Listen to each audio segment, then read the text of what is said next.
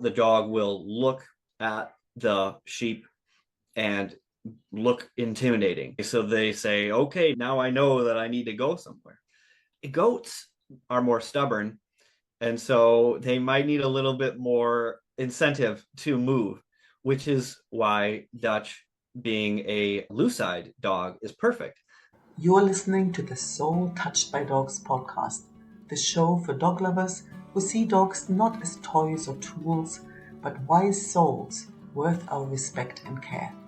I'm Anke Herman, and I'm your host. Hello and welcome, Seth. I'm super excited to have you here. Thank you, Anka. Happy to be with you. Excited.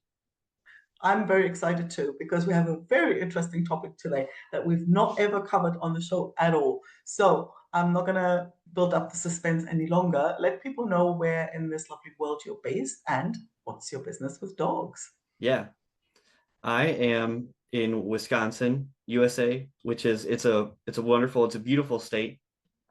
Wisconsin is kind of in the Great Lakes region, and my business with dogs is that 3 years ago I decided I wanted to, I guess, become a goat herd, which a lot of people say, oh, I'm a or well, they you think shepherd, but you don't hear the word goat herd a lot. I guess maybe in Europe you do, but not very much here in the United States. So I decided I wanted to do that, and well, I need a dog. And Yes. it's here's the thing, they don't go, you can't push them, they're not. I thought I need a dog that will help me to get the goats from point A to point B, and most people use border collies. I thought I need something different, so I got an English shepherd, and his name is Dutch, and he helps me get the goats from inside the barn to out into the paddock. I just love it. I love it. It's like, I mean, that the funny thing is when, I first heard like goats. Oh, I thought like, when you think of shepherd, you think of sheep, right? Yeah, right, yes. So clearly, so I'm quite curious. Okay, so 3 years ago, what happened to inspire that career change, and how did you come up with this? If you say, okay, I want to do something different, well, you could Yeah. have done anything. Like, why this? Yeah, that's a good question.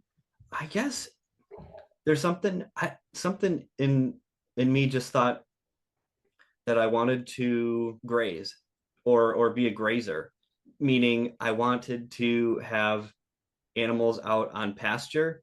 It's and quality as far as meat and milk. I wanted to be able to have quality things for the family. And it turns out you can make really good soap from goat milk. And so, and it's also really healthy for the soil. Here in the US, a lot of our soil is degraded. And we have been working for those 3 years on improving the soil quality, which is something that I don't think enough people think about. There's a growing number of people that are interested in making sure that they're improving the soil quality, but it's something that I'm pretty passionate about, which is because if you improve the soil, you improve your production, you get more of it. And um yeah, and the other thing that was about with goats is that you need to be able to move them. So I needed the dog. Yeah, I needed that Dutch. makes sense. That makes sense. So what was your experience, like prior experience with dogs? Like, did you have dogs before, or was that your like, was that the first time you had a dog, or like how did the that go? I think people might think I'm crazy. My only experience with dogs was just growing up. I had various pets, and they were nice and they were fun. But I had never trained a dog. All of the dogs that I had growing up were not, they would never play fetch with you even.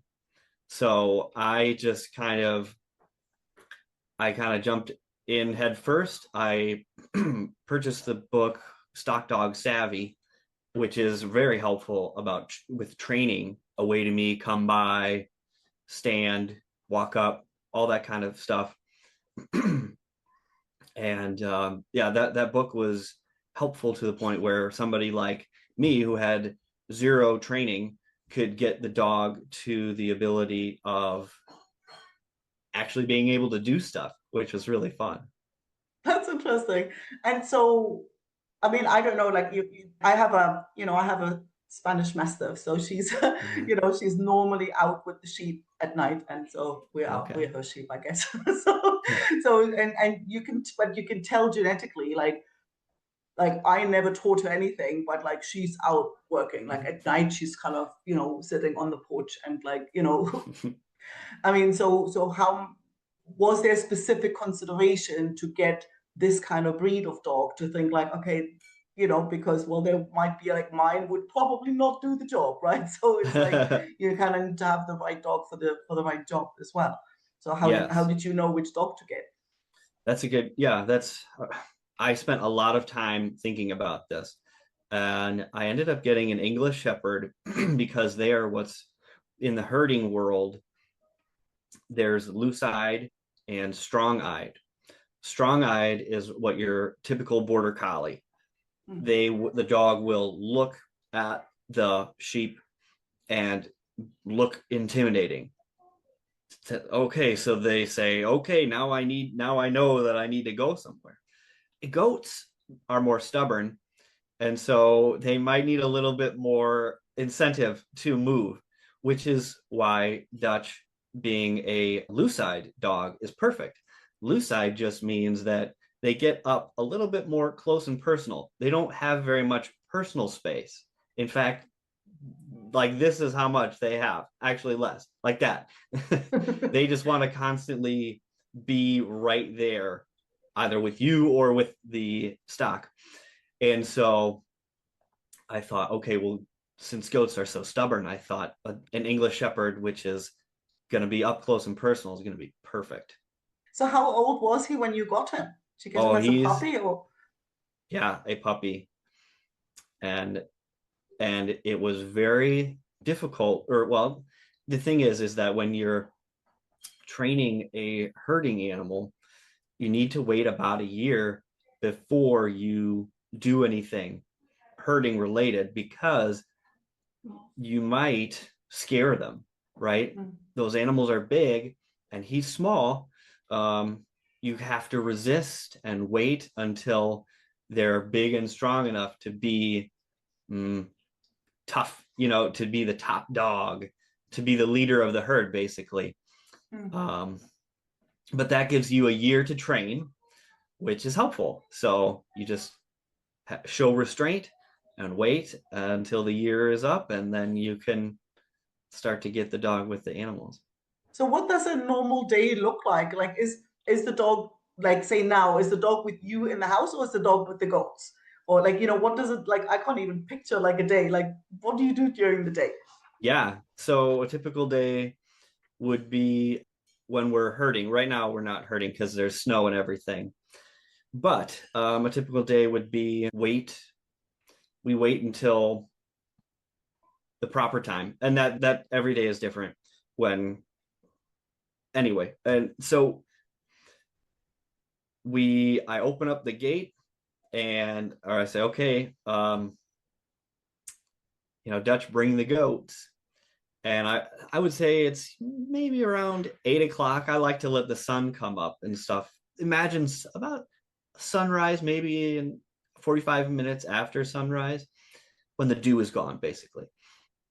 And so, okay, Dutch, bring the goats. He runs in there with them, and he gets them out, and then we are all just kind of standing there, and then I open up another gate, and basically Dutch's job is to make sure that he pushes them towards me, and my job is to make sure that they don't get past me. So it's, if you can imagine like a clock, they would be in the middle, and we would be on either side, the 6 and the 12. And then we bring them out, and I have a paddock set up basically with little posts from here to there, and I open up the gate, and he he brings them in. He's always so excited. We work together to make sure that they don't go too far one way or the other way. And then once they get to a certain point, I let him take over, and he gently brings them to the paddock. They go in, I shut the gate, and then of course, I say, good job, good boy, all that good stuff. And then they'll be there for a while. So that's some days. And then other days, we're actually out in more of a bigger area that's less fenced. When we do that, there's a lot less structure, and we can try to help the goats try to get more forage, basically to eat different types of grass, because that's helpful for them. And on those days, we can be out there. I like to try to be out there for 2 or 3 hours, which, man, it's so peaceful, as you can imagine. Being there with your dog, and he's making sure that they stay well behaved, or that they're eating right. He wants to make sure they're eating, and you just get to watch and hear the sounds, and it's just really relaxing, and it's so fun. I'm just extremely blessed. I can picture that. Like, you Yeah. always imagine like nature, they kind of, I mean, I wouldn't imagine any roads passing by, like that sort of really Mm-hmm. peaceful, really, really with Yeah. nature. That's fascinating. I mean, how did you even know how to do this? If you say, well, Oh. okay, you just decided 3 years ago, it's like, okay, if you kind of dumped me with a bunch of goats, I wouldn't know what to do. I did a lot of research, a lot of research. I learned about rotational grazing by people like Joel Salatin. A lot of people know Joel Salatin nowadays. Another guy, Alan Williams. I learned a lot from him about what goes into healing the soil. And I think a lot of it just came down to just doing it, just deciding to go do it. And whether that's buying the dog or whatever, I just kind of said, well, here goes, let's There's go. only one way to find out, right? Yeah. Yeah. So how many goats have you got? Like, so you've got one dog, how many Hmm. goats can one dog handle? I think that would depend on the age and what's called drive. Drive is basically just a word for how determined is this dog, or how powerful. So yeah, like a car, or how much horsepower basically. I think it's a I think it also would depend on the herd. Some animals can be less compliant than others. Um, and but I think right now I have about 20 goats, and that works out really well. And I think he probably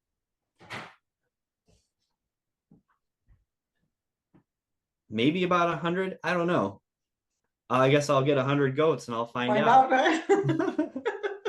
I mean, is that like a plan? Is that something you'd want to do, to have a bigger herd, or do you Oh think yeah. like, okay, this kind of size is good for me? My plan is to get up. I guess I'm. My plan is to get up somewhere around 250. That's the But then plan. you'd have more dogs then. Hopefully, yes. Yeah. Mm. I'm actually looking at Moody's, the Hungarian dog. They look really appealing. And then, English, a Moody plus an English Shepherd, I feel like would be an excellent team.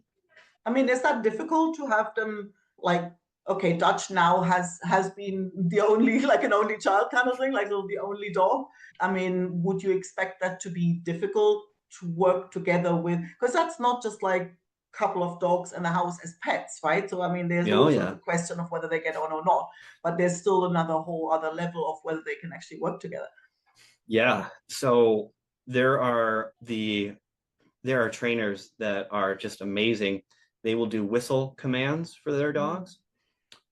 Come by, away to me, all that stuff, and they will have different whistles for the same command for the different dogs. Oh, that makes sense. So you can Mm. have one dog, you tell this dog to go this way, and you have another dog and you tell that one to go the other way. Now, that I right now I could never do that. But, given enough time, I feel Yeah. like maybe I could get there. Mm. Well, but with the whistles, that makes sense to me. Yeah. I mean, Hmm.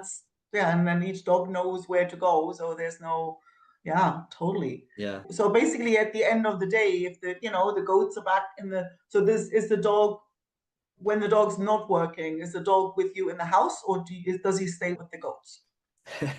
He really likes to be up by the barn because he people have described English shepherds as mall cops, I've heard, and that fits actually very well. If there's a car that drives down the road, he will bark at them. He is very interested in alerting everyone to any change. It could be us coming up the driveway. He's very excited, constantly very excited. It could be, yeah, anyone. He just, he always wants to be part of the action in one way or another, which usually just, and he's up by the chickens. And so he will appreciate when maybe an egg falls out here or there. And he loves when he gets his special egg treats. So yeah, he really likes being up by the barn. Yeah, I can imagine. I mean, I've seen like obviously like my mastiff is not a typical one because she's like the most spoiled of the years old. But when you watch them sort of in their little working environment, like they tend to love being by the sheep, and they're kind of Hmm. you like, okay, there's the sheep, there's the mastiff, like they almost like hide in between. You can't tell because they have Hmm. almost the same height. So it's really quite fascinating. Like they will literally protect these sheep with their life. So that's Oh that's yeah. that's the whole, that's the thing. And so you were mentioning before, like you're not herding now because it's winter. So like, what do you do with the goats and the dog? What do you do winter when it's cold? Yes. Or the same, I Well, mean, I guess the same in summer when it's really hot. So how do you yes. handle those seasons? Winter is This winter, especially in the US, was extremely cold. So we try to feed them as much as possible, um, just to keep them warm and like that. Dutch is I'm just amazed at how he handles the cold. He is a very tough dog. His winter coat is incredible. Um, but what we do a lot of time in the when now it's winter time, there's not much grazing happening, like you were saying. We spend a lot of our time making soap. Yes, and so we milk a lot. A lot of milking is happening in the summertime, and with the winter, all the milk is, or the milk then gets put in the freezer, and then we use that for making soap. And so winter is the perfect time um, to make as much soap as we can. And so is the dog then mostly like, okay, I'm having my time off here, so I'm just Yes. lounging around. Um, he we will train. I like to try to train, and so we'll work on come by and away to me. Come by, the easiest way to remember it is clockwise. So if I say come by, that means he's gonna, come around clockwise. And if I say away, that is like anti-clockwise. So around the other way. And so, some of the things that I like to do now, of course, he's not working nearly as much as he is in summertime, but I do like to try to keep, work with him on that. And even steady is hard. There's a command. I don't remember if it's in the book Stock Dog Savvy, but because he's loose-eyed, I have to control him because he wants to get right up on those goats. So we would have to work very hard on that middle, the place between far away and close, steady. There's Stock have kind of a bubble around them of whether they'll scatter or they'll go one way or another. And so you and the dog have to be very, you have to really figure out where that zone, where that bubble is. And so steady is a helpful skill to keep up to date with, basically. So how do you like dry practice that when the goats aren't out? Yeah. um yeah, so Do you you go to just, the nearby school, get a bunch of kids or something? oh yeah. Yeah, so well, actually my kids are helpful. It's not very far off from what you said. Is when it's time, sometimes they'll come up and help me feed him, and he's a very affectionate dog, which is why I think, if people, if they might make really good pets for people if they want, and if they think I want a really affectionate dog. An English Shepherd is very affectionate, but of course, so there he is, and he wants to be, right there with the kids, and just oh, like all dogs do, they kind of get in your face. They don't have the most personal space. But so I have to tell him stand or steady, so he can walk up to them in a way that won't scare them. Like knocking them over, right? Yeah, that too. Oh my goodness. He would do that if we weren't careful. So I would say that's a lot of Yeah. it too. I can imagine. Like, yeah, mine is like really big and my mom's little. So you have to like really when and she gets excited. So I have to like really like, okay, don't run grandma over. Mm-hmm. Because I mean just out of the excitement and you have a 120-pound dog and she's like she can knock my mom over easily. So yeah, I gotta watch it. Yeah. Yeah. I mean, have you like how do I mean obviously the goats are used to him, right? I mean, is there ever danger that a goat will turn around and like hurt the dog? Good question. Yeah, so you also have to train the goats to the dog, which helps. It just helps to have them around each other, especially early in life where but he's also he's also really fast. And they're fast too. But I mean, you and the listeners know, when you let your dog go, they can really speed off. But he's also, I think, like all dogs, or maybe not all dogs, but he's got that wolf, common ancestor. So he doesn't. Some of the goats might act tough around him, but he knows that he's the boss. And it's also important to encourage your dog. So even if there might be a goat that might show him some sass, you tell your dog, hey, don't let them do that to you. You say, you go tell them that you're the boss. You always have to back up your dog. You can actually ruin a dog if you are um, discouraging around the stock, because they'll be around the animals, and they'll, if you don't do it right, they'll say, well, I guess I'm just not cut out for this, and that's bad. You don't want that to happen. So even if things are not going great, you have to find a way to help them. It's strange because it's a dog, not a person, right? And so it Similar though. you but you have to figure out how to encourage your dog in, hey, that didn't go as planned, but that's okay. We'll try it again and you'll get better at this. It's just a really fun thing to get to do with an animal, is just figure out how to encourage them and get them more comfortable at being the boss.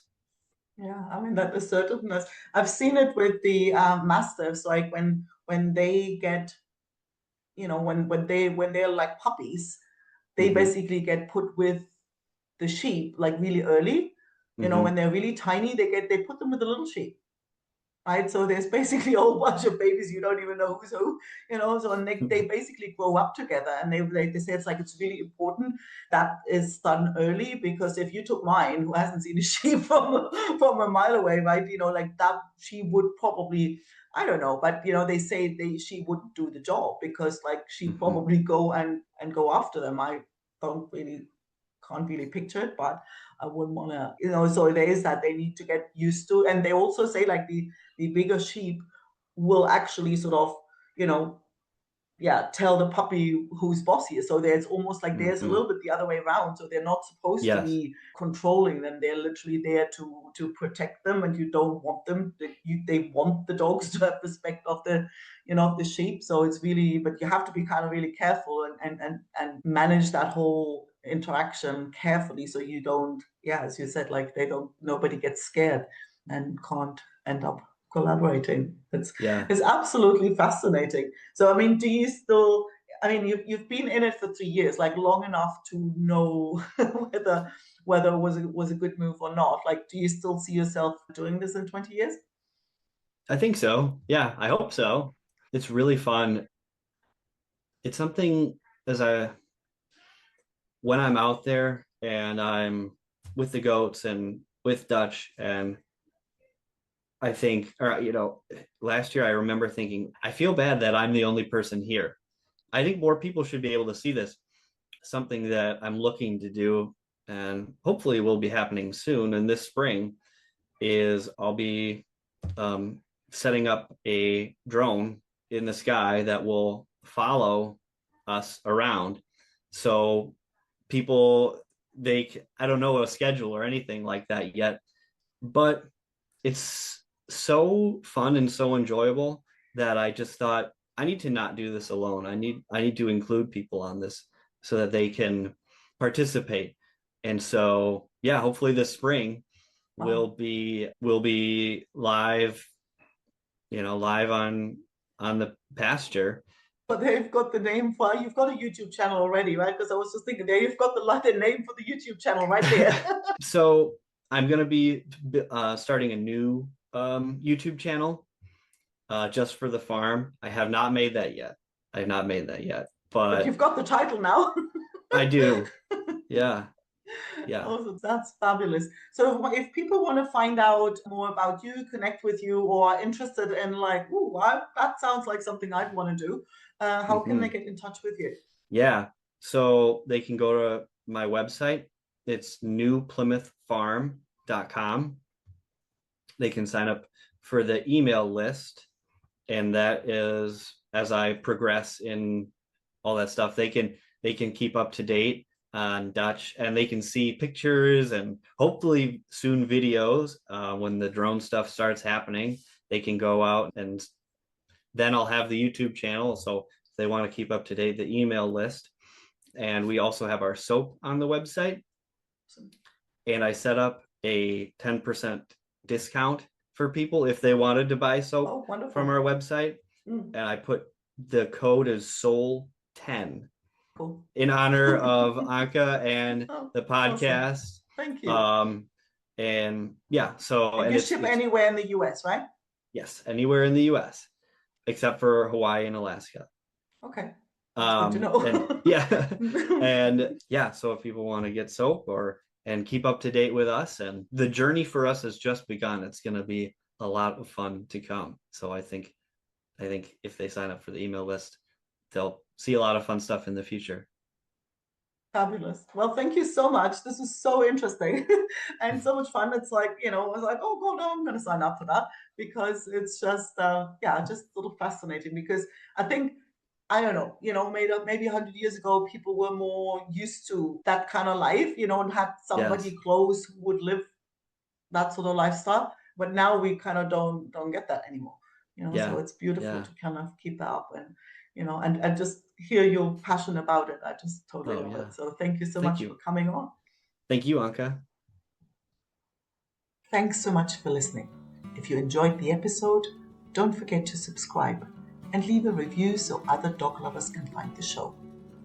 Head over to soultouchedbydogs.com and sign up for the weekly treat: tips, recommendations, and personal stories to warm your dog-loving heart.